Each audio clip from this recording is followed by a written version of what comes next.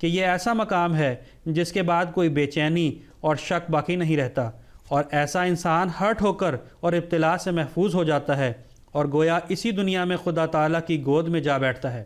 بس قرآن کا مومنوں کو قرآن کریم کے ذریعہ سے جنت ملنے کا دعویٰ کرنا محض ایک بے دلیل دعویٰ نہیں، بلکہ وہ اسے ایک ایسی شہادت کے طور پر پیش کرتا ہے جس کا جھوٹ اور سچ اسی دنیا میں آزمایا جا سکتا ہے۔ اور اسلام کی تاریخ سے معلوم ہوتا ہے کہ اسلام میں ہر زمانہ میں ایسے لوگ پیدا ہوتے رہے ہیں جو اس دعویٰ کے لیے دلیل کے طور پر تھے، اور جن کو اللہ تعالیٰ کا وصال اور دیدار کامل طور پر اسی دنیا میں حاصل ہو گیا اور اسی دنیا میں جنت میں داخل ہو گئے، یعنی ہر قسم کے شیطانی حملوں سے محفوظ ہو گئے اور ہر قسم کی روحانی نعمتوں سے متمتع ہوئے، اور اللہ تعالیٰ کے تازہ بتازہ کلام کو انہوں نے سنا اور اس سے بالمشافہ انہوں نے باتیں کی، اور اس کے زندہ نشانوں کو انہوں نے اپنی ذات میں دیکھا اور دوسروں کے وجودوں میں انہیں دکھایا۔ جی، بعض لوگ اس آیت پر یہ اعتراض کرتے ہیں کہ اگر قرآن کریم متقیوں کے لیے ہدایت ہے تو معلوم ہوا کہ متقی پیدا کرنے کے لیے اور کسی کلام یا کتاب کی ضرورت ہے۔ سو یاد رہے کہ یہ اعتراض محض قلت تدبر سے پیدا ہوا ہے، کیونکہ قرآن کریم تقوی پیدا کرنے کا بھی مدعی ہے۔ چنانچہ فرماتا ہے فَأَنزَلَ اللَّهُ سَكِينَتَهُ عَلَى رَسُولِهِ وَعَلَى الْمُؤْمِنِينَ وَأَلْزَمَهُمْ كَلِمَةَ التَّقْوَى وَكَانُوا أَحَقَّ بِهَا وَأَهْلَهَا۔ سورہ فتح، یعنی اللہ تعالیٰ نے اپنے رسول اور اپنی کتاب پر ایمان لانے والوں پر سکینت اور اطمینان نازل کیا اور ان سے تقوی کی حقیقت کو وابستہ کر دیا، اور مومن بالقرآن ہی حقیقت تقوی کے مستحق اور اس کے اہل ہیں۔ اس آیت سے صاف ظاہر ہے کہ قرآن کریم کے ذریعے سے اور اس پر ایمان لا کر انسان کو کامل تقوی میسر آتا ہے، بلکہ ایسا تقوی میسر آتا ہے جو دائمی ہوتا ہے، بلکہ اس آیت سے ظاہر ہوتا ہے کہ تقوی کے اہل اور اس کے ساتھ حقیقی تعلق رکھنے والے صرف مومنین قرآن ہیں۔ اس آیت کی موجودگی میں یہ اعتراض کرنا کہ گویا قرآن کریم صرف متقیوں کو ہدایت دینے کا دعویٰ دار ہے، تقوی پیدا کرنے کا دعویٰ نہیں کرتا، بالبداہت باطل ہے۔ اس کے برخلاف قرآن کریم تو اس امر کا مدعی ہے کہ حقیقی تقوی صرف قرآن کریم پر ایمان لانے سے پیدا ہو سکتا ہے۔ اس آیت کے علاوہ قرآن کریم کی اور بہت سی آیات سے ثابت ہوتا ہے کہ قرآن کریم صرف متقیوں کے لیے ہدایت نہیں بلکہ سب بننے ہوئے انسان کے لیے ہدایت ہے، خواہ وہ روحانی زندگی میں اعلیٰ مقام پر ہوں یا ادنا پر۔ چنانچہ اللہ تعالیٰ فرماتا ہے ھذا بیان للناس وہدی، آل عمران، یہ قرآن تمام انسانوں کے لیے ضروری امور بیان کرتا ہے اور انہیں ہدایت دیتا ہے۔ یہ آیت بتاتی ہے کہ قرآنی ہدایت صرف متقیوں کے لیے نہیں بلکہ تمام انسانوں کے لیے ہے۔ اسی طرح ایک اور جگہ قرآن کریم میں ہے ھدی للناس وبینات من الھدی، یعنی قرآن کریم سب انسانوں کے لیے ہدایت ہے اور اس میں ہدایت کی تمام اقسام بیان کی گئی ہیں۔ اسی طرح فرماتا ہے وَلَقَدْ صَرَّفْنَا فِي هَذَا الْقُرْآنِ لِلنَّاسِ مِنْ كُلِّ مَثَلٍ، یعنی اس قرآن میں تمام انسانوں کے فائدے کے لیے خواہ متقی ہوں یا غیر متقی ہر بات اعلیٰ سے اعلیٰ پیرائے میں بیان کر دی گئی ہے، یعنی ہر انسان کی حالت کے مطابق اس میں ایسی تعلیم ہے جو اسے اوپر کے درجے کی طرف لے جاتی ہے اور اس کی روحانی ضرورتوں کو پورا کرتی ہے۔ اسی طرح فرماتا ہے وَلَقَدْ ضَرَبْنَا لِلنَّاسِ فِي هَذَا الْقُرْآنِ مِنْ كُلِّ مَثَلٍ۔ اس آیت کے بھی قریباً وہی معنی ہیں جو اوپر کی آیت کے ہیں، صرف فرق یہ ہے کہ پہلی آیت میں صرفنا کہا گیا تھا، یہاں ضربنا کہا گیا ہے، اور صرفنا میں اس امر پر زور ہے کہ مختلف پیرایوں سے اس ہدایت کو بیان کیا ہے، اور ضربنا میں اس امر پر زور ہے کہ فطرت کی صحیح مثالوں اور واضح نمونوں کے مقابل پر رکھ کر ہدایت کو بیان کیا گیا ہے۔ اسی طرح فرماتا ہے وَلَقَدْ صَرَّفْنَا فِي هَذَا الْقُرْآنِ لِيَذَّكَّرُوا، یعنی قرآن کریم میں تمام ضروری امور ہدایت مختلف پیراؤں میں بیان کیے گئے ہیں تاکہ لوگ نصیحت حاصل کریں اور فائدہ اٹھائیں۔ اس جگہ بھی متقیوں یا مومنوں کے لیے ہدایت کو مخصوص نہیں کیا گیا بلکہ تمام انسانوں کے لیے اسے پیش کیا گیا ہے۔ جی، اس کے آگے حضور بیان فرما رہے ہیں کہ جیسے کہ قرآن کریم میں تقوی اختیار کرنے کا حکم ہے، لیکن اس کے ساتھ ساتھ ہی قرآن کریم میں تقوی کو اختیار کرنے کی راہیں بھی بیان کی گئی ہیں۔ تو حضور فرماتے ہیں کہ قرآن کریم کی متعدد آیات سے یہ بھی معلوم ہوتا ہے کہ تقوی کی راہیں بھی قرآن کریم نے تمام انسانوں کے لیے بیان کی ہیں۔ چنانچہ فرماتا ہے یا ایھا الناس اعبدوا ربکم الذی خلقکم والذین من قبلکم لعلکم تتقون، سورہ بقرہ، یعنی اے انسانوں، نہ کہ مومنوں یا مسلمانوں، اپنے اس رب کی جس نے تم کو اور تمہارے باپ دادوں کو پیدا کیا ہے عبادت کرو تاکہ تم متقی بنو۔ اسی طرح فرماتا ہے وَكَذَلِكَ أَنزَلْنَاهُ قُرْآنًا عَرَبِيًّا وَصَرَّفْنَا فِيهِ مِنَ الْوَعِيدِ لَعَلَّهُمْ يَتَّقُونَ، سورہ طٰہٰ،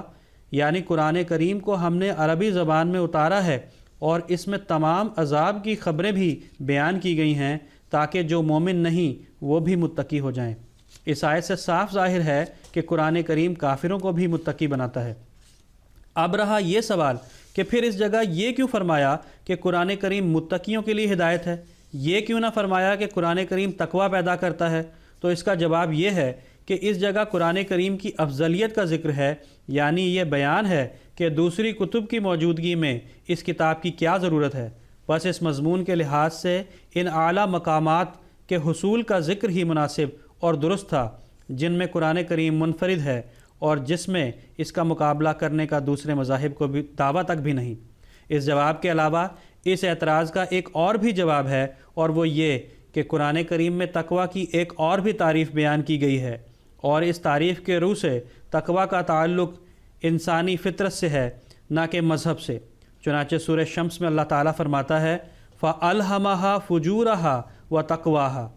ہر انسان کو اس کی پیدائش کے ساتھ اللہ تعالیٰ نے ایک امتیازی قابلیت بخشی ہے جس کے ذریعہ سے وہ برے اور بھلے کی تمیز کرتا ہے۔ یہ قابلیت مسلمان یا غیر مسلمان کے ساتھ تعلق نہیں رکھتی بلکہ ہر انسان میں پیدا کی گئی ہے۔ بس اس تعریف کے مطابق تقوی کے معنی فطرت کی حفاظت کے ہیں، نہ کہ کسی خاص مذہب یا عقیدہ کے۔ اور یہ ظاہر ہے کہ ہدایت وہی لوگ پا سکتے ہیں جو فطرت کو گندے اثرات سے پاک رکھتے ہیں، ورنہ جو لوگ فطرت کو پاک رکھنے کی کوشش نہیں کرتے اور صداقت کے ماننے سے انکار کرتے ہیں وہ ہدایت نہیں پا سکتے۔ ان کو ہدایت تبھی مل سکتی ہے جب جبر سے کام لیا جائے، اور قرآن کریم جبر کے خلاف ہے۔ خلاصہ یہ کہ اوپر کی تعریف کے روح سے اس آیت کے یہ معنی ہوتے ہیں کہ جو لوگ صداقت کو قبول کرنے کے لیے تیار ہوں قرآن کریم ان کو ہدایت دیتا ہے اور اعلیٰ مدارج تک پہنچاتا ہے، اور جو لوگ ہدایت کو ماننے کے لیے تیار ہی نہ ہوں وہ گویا اپنی ہلاکت کا خود ہی فیصلہ کر دیتے ہیں، اور انہیں ہدایت جبر ہی سے دی جا سکتی ہے جس کا کوئی فائدہ نہیں، کیونکہ جبر سے جو ہدایت ملے اس کا فائدہ جبر کرنے والے کو حاصل ہو سکتا ہے، اسے نہیں ہو سکتا جسے ہدایت دی جائے۔ جیسے مثلاً کسی سے زبردستی مال چھین کر صدقہ کر دیا جائے تو اس صدقہ کا کوئی فائدہ اسے نہیں مل سکتا جو صدقہ کا قائل ہی نہیں اور صدقہ دینا ہی نہیں چاہتا۔ جی حضور فرماتے ہیں مزید خلاصہ کلام یہ ہے کہ اس آیت میں دوسری کتب کی موجودگی میں قرآن کریم کی ضرورت کو بیان کیا گیا ہے، اور بتایا ہے کہ غیر الہامی کتب کی موجودگی میں تو اس کی یہ ضرورت ہے کہ بغیر آسمانی ہدایت کے انسان ہدایت پا ہی نہیں سکتا، اس لیے آسمانی ہدایت کی ضرورت تھی جسے قرآن کریم نے پورا کیا ہے، اور الہامی کتب کی موجودگی میں اس کی یہ ضرورت ہے کہ نمبر 1 اس سے پہلے سب ہدایت نامے نامکمل تھے، یہ مکمل ہے۔ نمبر 2 ان میں خرابیاں پیدا ہو گئی ہیں اور یہ سب خرابیوں سے محفوظ ہیں۔ نمبر 3 وہ سب ہدایت نامے ایک ایک قوم اور مذہب کے لیے تھے، اور یہ ہدایت نامہ سب قوموں کے لیے ہے اور سب قوموں کے بزرگوں کی عزت قائم کرنے اور سب ضائع شدہ ہدایتوں کو زندہ کرنے کے لیے آیا ہے۔ نمبر 4 ان کتب میں بوجہ اندرونی بیرونی نقائص کے وسائل الہی پیدا کرنے کی خاصیت باقی نہ رہی تھی، اب اس کے ذریعے سے پھر انسان کو وسائل الہی حاصل کرنے اور کلام الہی سے مشرف ہونے کا موقع دیا جائے گا وغیرہ۔ اس چھوٹی سی آیت میں اس قدر وسیع مطالب کا بیان ہونا قرآن کریم کا ایک عظیم شان معجزہ ہے جس کی مثال پیش کرنے سے دوسری کتب قاصر ہیں۔ فرماتے ہیں مذکورہ بالا مضمون بانی سلسلہ احمدیہ علیہ السلام کے بتائے ہوئے مطالب کی روشنی اور ہدایت میں لکھے گئے ہیں، لیکن بطور مثال میں ان بے شمار مطالب سے جو ان کی کتب میں پائے جاتے ہیں ایک نقطہ براہ راست بھی ان کی طرف سے اس جگہ بیان کر دیتا ہوں تا معلوم ہو کہ کس طرح انہوں نے اس آیت کے عمیق سمندر میں سے روحانیت کے موتی نکالے ہیں۔ آپ فرماتے ہیں کہ ہر شے کی تکمیل کے لیے 4 علل کی تکمیل ضروری ہوتی ہے، یعنی نمبر 1 اس کے بنانے والے کامل ہو، نمبر 2 وہ جس مادے سے بنائی جائے وہ اعلیٰ ہو، نمبر 3 اس کی شکل و صورت بھی اعلیٰ درجے کی ہو، نمبر 4 جو نتیجے اس سے پیدا ہو وہ بھی اعلیٰ درجے کا ہو۔ گویا یہ علت فاعلی، علت مادی، علت صوری اور علت غائی، ان 4 علتوں کے کمال سے کوئی چیز مکمل ہوتی ہے۔ اللہ تعالیٰ نے ابتدائے قرآن میں ہی اس کے حق میں 4 علتوں کے مکمل ہونے کا دعویٰ کیا ہے۔ الف لام میم جس کے معنی ہے کہ میں اللہ سب سے زیادہ جانتا ہوں، علت فاعلی کے مکمل ہونے پر دلالت کرتا ہے کہ اس کا بنانے والا علم میں کامل ہے اور سب سے افضل ہے۔ پس ایسی علیم ہستی جس کتاب کو بنائے گی یقیناً وہ ان تمام کتب سے افضل ہوگی جو ادنا علم والی ہستیوں کی طرف سے تیار کی جائیں گی۔ ذالک الکتاب یعنی یہی کامل کتاب ہے۔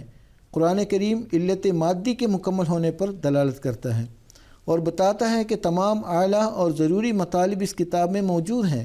بس اس کا مادہ بھی دوسری کتب کے مادے سے اعلیٰ اور مکمل ہے۔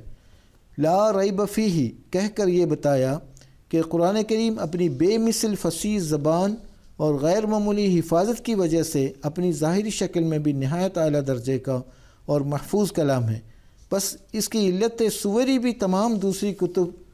سے مکمل اور اعلیٰ ہے۔ پھر ہدی للمتقین کہہ کر بتایا کہ دوسری طرف تو صرف متقی کے درجے تک پہنچاتی ہے، مگر یہ کتاب متقیوں کو بلند مقامات پر لے جا کر اللہ تعالیٰ سے مکالمہ مخاطبہ کا شرف دلواتی ہے اور اس سے کامل اتحاد پیدا کر دیتی ہے، بس اس کی علت غائب بھی دوسری کتب سے افضل و اکمل ہے۔ یہ خلاصہ ہے بانی سلسلہ احمدیہ کی ایک تحریر کا، جو صاحب بصیرت اس پر غور کرے گا اور ان سب مطالب کو جو اوپر بیان ہوئے ہیں بلکہ ان کے علاوہ اور مطالب بھی اس لطیف تفسیر میں مخفی پائے گا۔ اس کے بعد حضور جو ہے اگلی آیت بیان فرما رہے ہیں۔ آیت ہے الذین یؤمنون بالغیب ویقیمون الصلاۃ ومما رزقناہم ینفقون۔ حضور اس کا ترجمہ بیان فرما رہے ہیں کہ ان متقیوں کو جو غیب پر ایمان لاتے ہیں اور نماز کو قائم رکھتے ہیں اور جو کچھ ہم نے انہیں دیا ہے اس میں سے خرچ کرتے ہیں۔ تو اس آیت کی تفسیر حضرت مسلم موعود رضی اللہ تعالیٰ عنہ بیان فرما رہے ہیں۔ آپ فرماتے ہیں ایمان کے معنی یقین رکھنے اور فرما برداری کرنے کے ہوتے ہیں۔ جس کو یقین نہ ہو وہ مومن نہیں کہلا سکتا بلکہ منافق کہلاتا ہے، جیسا کہ سورہ بقرہ رکوع نمبر 2 آیت نمبر 9 میں فرمایا وَمِنَ النَّاسِ مَن يَقُولُ آمَنَّا بِاللَّهِ وَبِالْيَوْمِ الْآخِرِ وَمَا هُمْ بِمُؤْمِنِينَ، یعنی کچھ لوگ ایسے ہیں کہ جو منہ سے تو کہتے ہیں کہ ہم اللہ اور یوم آخرت پر ایمان لائے ہیں، حالانکہ وہ دل سے اس امر کو نہیں مانتے۔ اسی طرح قرآن کریم سے معلوم ہوتا ہے کہ جن میں یقین ہو اور اطاعت نہ ہو وہ بھی مومن نہیں بلکہ کافر کہلاتے ہیں، جیسا کہ سورہ نمل رکوع نمبر 1 آیت نمبر 15 میں فرمایا وَجَاهَدُوا بِهَا وَاسْتَيْقَنَتْهَا أَنفُسُهُمْ ظُلْمًا وَعُلُوًّا، یعنی وہ اس کا انکار ظلم اور دشمنی سے کرتے ہیں حالانکہ ان کے دل اس پر یقین رکھتے ہیں۔ یؤمنون بالغیب کہ یہ معنی ہرگز نہیں کہ اندھا دھند مان لیتے ہیں، یہ معنی نہ زبان عرب کے روح سے درست ہیں اور نہ قرآن کریم ہی ان معنوں کی تصدیق کرتا ہے، کیونکہ بے دلیل ماننے والوں کو قرآن نے بار بار الزام دیا ہے، جیسا کہ سورہ نجم رکوع نمبر 1 آیت نمبر 24 میں فرمایا ان ہی الا اسماء سمیتموها انتم وآباؤکم ما انزل اللہ بها من سلطان ان یتبعون الا الظن وما تحوی الانفس، یعنی یہ تو چند نام ہیں جو تم لوگوں نے اور تمہارے باپ دادوں نے خود ہی رکھ دیے ہیں، خدا تعالیٰ نے اس کی کوئی دلیل بیان نہیں کی، یہ لوگ صرف اپنے وہموں کی یا اپنی نفسانی خواہشات کی پیروی کر رہے ہیں۔ اس آیت سے ظاہر ہے کہ قرآن کریم دشمنان اسلام پر اعتراض کرتا ہے کہ وہ بے دلیل باتوں کو جن کے لیے نہ آسمانی دلیل ہوتی ہے نہ عقلی مانتے ہیں اور اپنی نفسانی خواہشات کی پیروی کرتے ہیں اور وہمی باتوں کے پیچھے چلتے ہیں۔ پس جبکہ اللہ تعالیٰ وہمی باتوں کے ماننے کو قابل اعتراض قرار دیتا ہے، تو یہ کس طرح ممکن ہے کہ قرآن کریم کی ابتدا ہی میں وہ مسلمانوں کو بے دلیل باتوں کے ماننے کا حکم دے اور اس امر کو تقوی کا جز قرار دے؟ جی، سید حضور رضی اللہ تعالیٰ عنہ مزید اس آیت کی تشریح میں فرماتے ہیں، قرآن کریم کی متعدد آیات میں اس امر پر زور دیا گیا ہے کہ ایمان دلائل اور براہین پر مبنی ہونا چاہیے، نہ کہ وہم و گمان پر۔ چنانچہ سورہ احقاف میں فرماتا ہے، قل ارائیتم ما تدعون من دون اللہ ارونی ماذا خلقوا من الارض ام لہم شرک فی السماوات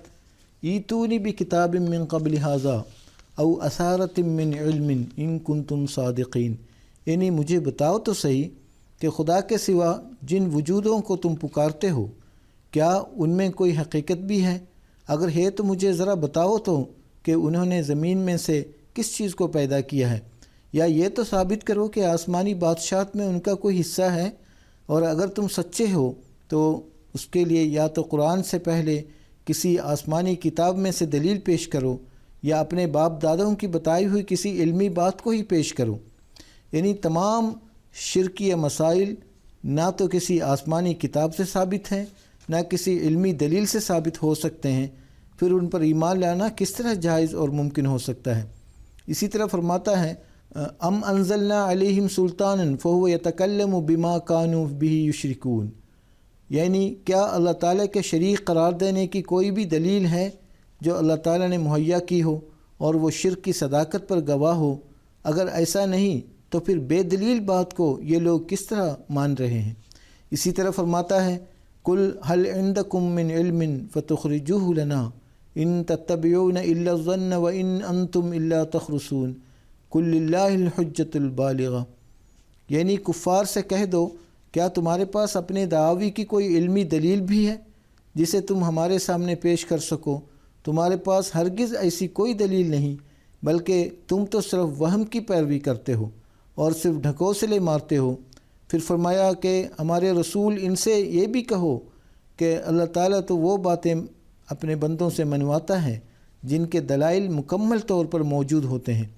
پس جو بات بے ثبوت ہو وہ اللہ تعالیٰ کی طرف سے نہیں ہو سکتی۔ اسی طرح مومنوں کی نسبت قرآن کریم فرماتا ہے، الذین اذا ذکروا بآیات ربہم لم یخروا علیہا صما وعمیانا، سورہ فرقان، یعنی مومنوں کے سامنے جب ان کے رب کی آیات بیان کی جاتی ہیں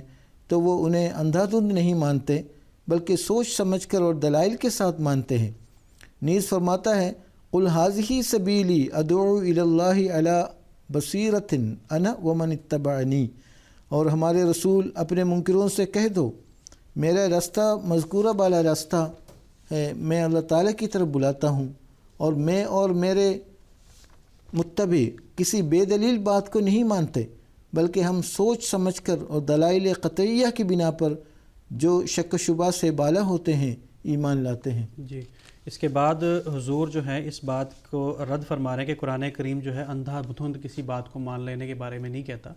اگر کسی کا یہ خیال ہے تو آپ جو ہے یہ غلط خیال ہے، اور حضور اس بات کا رد بیان کرتے ہوئے فرما رہے ہیں کہ قرآن کریم میں غیب کا لفظ جن معنوں میں استعمال ہوا ہے ان سے بھی ثابت ہے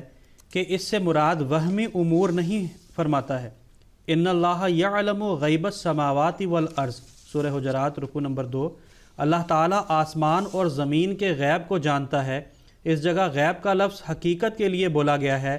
کیونکہ اگر غیب کے معنی محض وہمی اور بے دلیل باتوں کے ہوں تو اس آیت کے یہ معنی ہوں گے کہ اللہ تعالیٰ بے دلیل اور وہمی باتوں کو جانتا ہے، اور یہ ترجمہ بالبداہت غلط ہے۔ اسی طرح فرماتا ہے، ذالک عالم الغیب والشہادہ،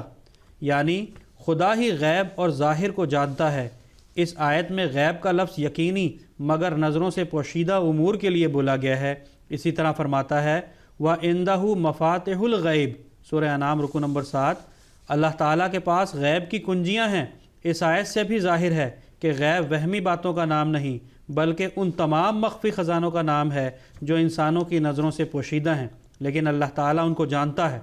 خلاصہ یہ کہ یؤمنون بالغیب کے یہ معنی ہرگز نہیں کہ متقی وہ ہیں جو بغیر دلیل کے قرآن کریم کی باتوں کو مان لیتے ہیں، کیونکہ یہ معنی قرآن کریم کی دوسری آیات کے خلاف ہیں۔ ریورنڈ ویری نے اپنی تفسیر میں اس آیت کے نیچے لکھا ہے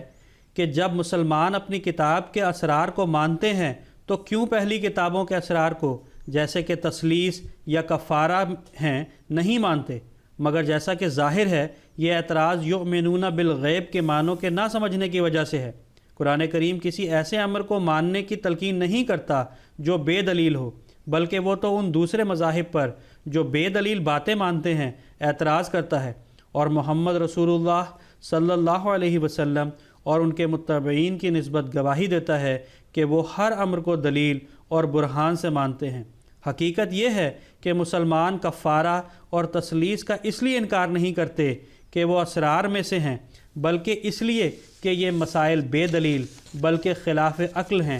اگر ان کی کوئی دلیل ہوتی تو ان کے ماننے سے مسلمانوں کو ہرگز انکار نہیں ہو سکتا تھا۔ جی، اب رہا یہ سوال کہ پھر یؤمنون بالغیب کے کیا معنی ہیں؟ حضور فرماتے ہیں تو اس کا جواب یہ ہے کہ جیسا کہ حل لغات میں بتایا جا چکا ہے کہ غیب کے معنی ان امور کے ہیں جو اس ظاہری سے، جو حواس سے ظاہری سے معلوم نہ ہو سکیں، بلکہ ان کے ثابت کرنے کے لیے عقلی اور تجرباتی دلائل کی ضرورت ہو۔ اور ظاہر ہے کہ ایسے امور بے دلیل نہیں کہلا سکتے۔ ہم ہزاروں اشیاء کو جو جسمانی دنیا سے تعلق رکھتی ہے مانتے ہیں، حالانکہ حواس خمسہ سے ان کو محسوس نہیں کیا جا سکتا۔ مثلا انسانی حافظہ ہے، اس کو کون انکار کر سکتا ہے؟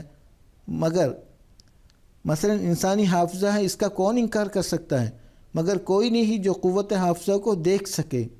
یا سونگھ سکے یا چکھ سکے یا سن سکے یا چھو سکے۔